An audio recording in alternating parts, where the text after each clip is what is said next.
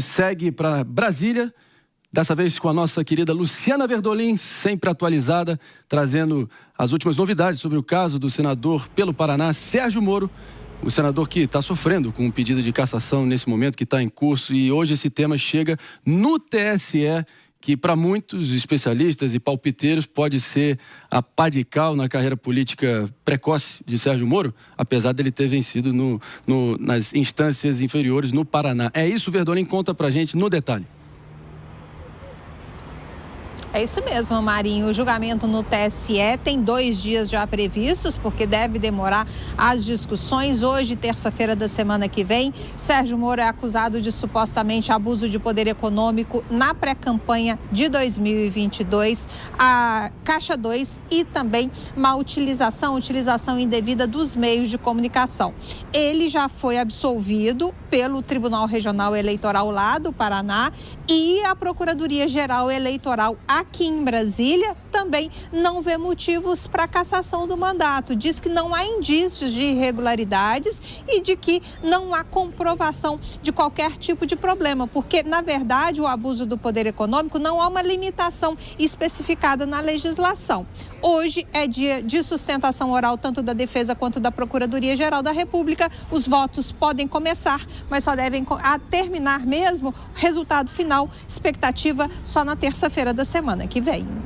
Obrigado, Luciana Verdolim, ampliando a nossa discussão sobre esse tema que realmente segue se arrastando, mas pelo visto perto de uma conclusão finalmente, né, Jesse Peixoto?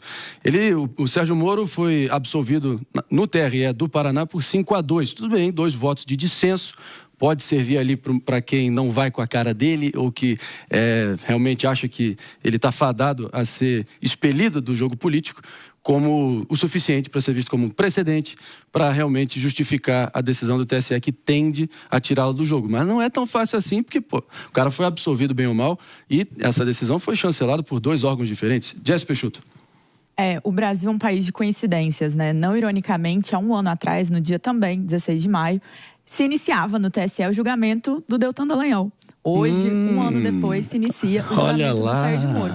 Parece uma bela ficção com muitos problemas. E eu acho que este é o momento, e eu espero que a solução seja diferente, ou que o resultado seja diferente, para que a gente respeite, para que a gente tenha força nas nossas urnas, nos votos. E aqui a gente não tem um processo forte, a gente tem um processo fraco em relação ao senador Sérgio Moro, que vem fazendo um excepcional trabalho na segurança pública, tendo uma atuação parlamentar muito importante, principalmente para o povo paranaense. E é muito importante que a gente veja, André, como você bem mencionou, que os tribunais eleitorais do Paraná e também as cortes, agora já em Brasília, com o parecer do Ministério Público Eleitoral, são contra esse pedido de cassação, tal como eram no caso do Deltan Dallagnol. Talvez o clima político aqui favoreça o senador Sérgio Moro também, no sentido de que agora a gente está tendo cada vez mais a população revoltada, principalmente essa questão do Rio Grande do Sul.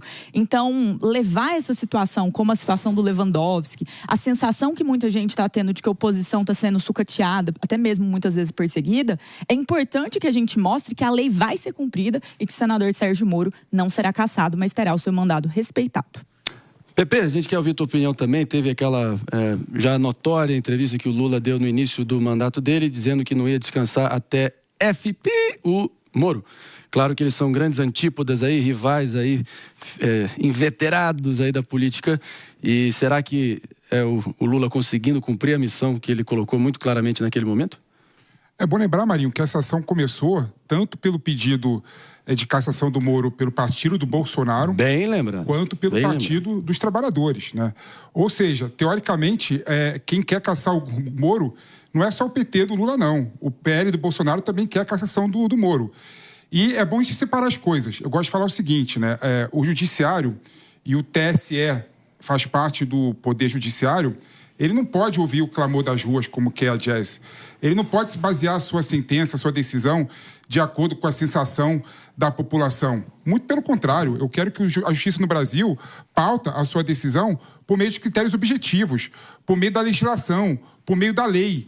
E é bom lembrar que a lei e os precedentes do TSE são contrários ao Moro, né? É bom lembrar que a Selma Arruda, por exemplo, foi candidata a Senado pelo Mato Grosso, ela foi cassada porque teve gastos da pré-candidatura dela ao Senado que não foram contabilizados. né? Ou seja, infelizmente, no caso do Sérgio Moro, a jurisprudência do TSE e a legislação vai contra ele. E eu discordo que a Jéssica fala que o Moro tem um mandato ativo, um mandato bem estruturado, um mandato fazendo muitas coisas para a população. Muito pelo contrário, as pessoas que advogam a tese favorável por manter o Moro no Senado Federal, inclusive pessoas da esquerda, é porque o Moro faz um mandato apático. Isso é outra questão. Mas aí é opinião política. Completamente apático. Isso é a avaliação política de cada um. Exato. Mas o que eu quero entender é o seguinte, você está insinuando que o TRE e o Ministério Público não estão seguindo a lei? Porque a decisão do TRE do Paraná foi pela manutenção do mandato. O parecer do Ministério Público é pela manutenção do mandato. Então, quem está do lado da lei nesse caso... Mas a estrutura do Poder Judiciário do TSE tem dupla jurisdição. Vai chegar ao TSE.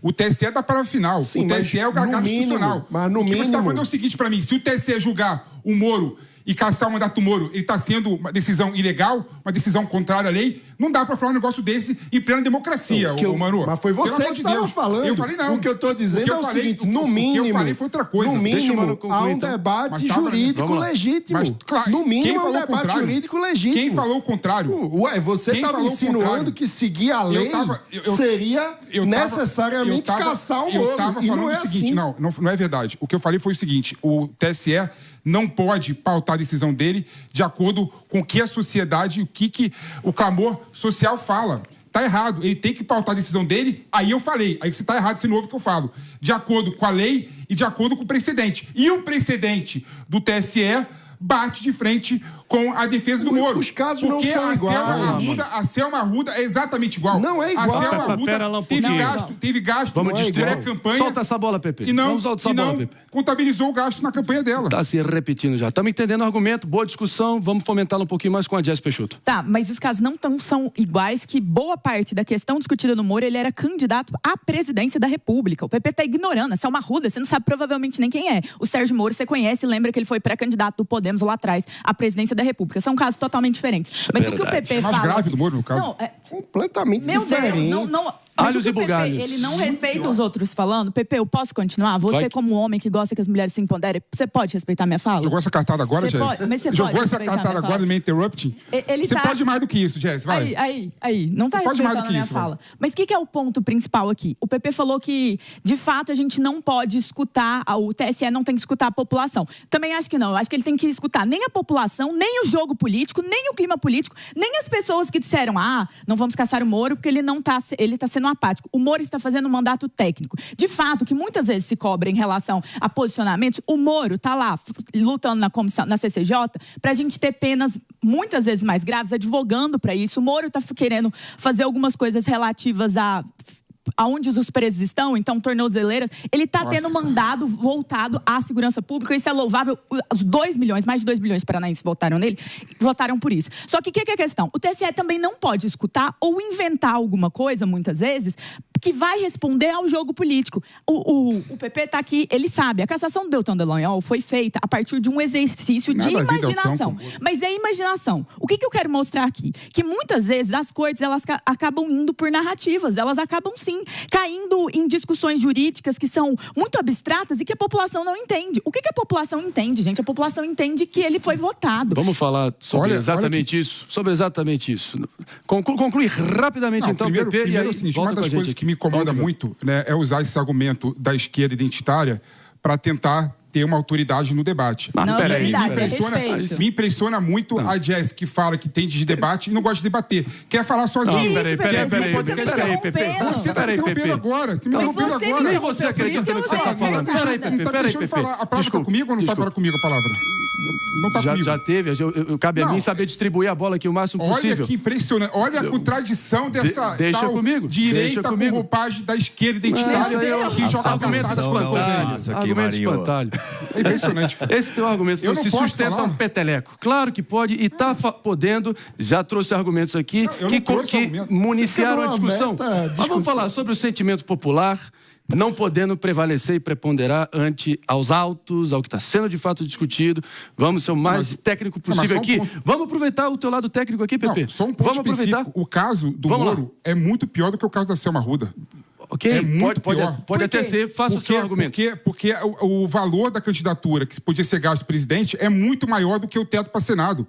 Ou seja, ele gastou mais quando ele foi pré-candidato a presidente da República do que ele poderia gastar para o Senado Federal. O caso dele é pior do que da Selma Arruda. Eu discordo. Então você falar, por exemplo, que o caso do Sérgio Moro é diferente do caso da Selma Arruda, não é verdade. É pior, agrava a situação do Sérgio Moro. Você que acusou... Você nunca nem na petição inicial do Moro. Esse é claramente o argumento do PP, para ver se eu entendi. Dando o benefício da dúvida aqui, é pedindo o famoso senso de proporção, né?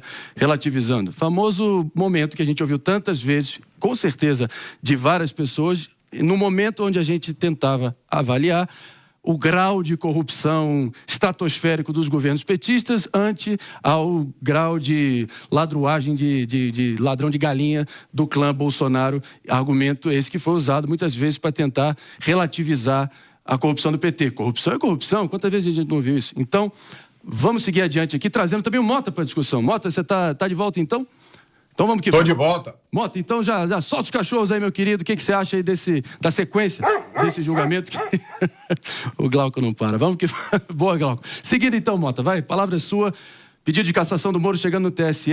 Moro, que era ovacionado Brasil afora, teve aí os seus sobressaltos políticos, para usar aqui um eufemismo. Mas vamos direto ao ponto, te ouvir aí, tua expectativa.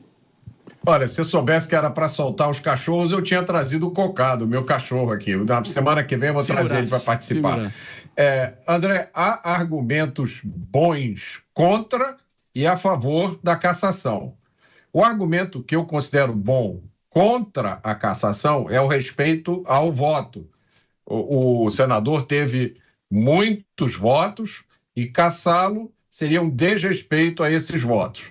O argumento bom a favor da cassação são os gastos de pré-campanha, que foram considerados desproporcionais. Eu conversei com várias pessoas que conhecem de direito eleitoral e elas dizem o seguinte, que se admite na pré-campanha que sejam feitos ali gastos equivalentes a 10% do máximo permitido na campanha.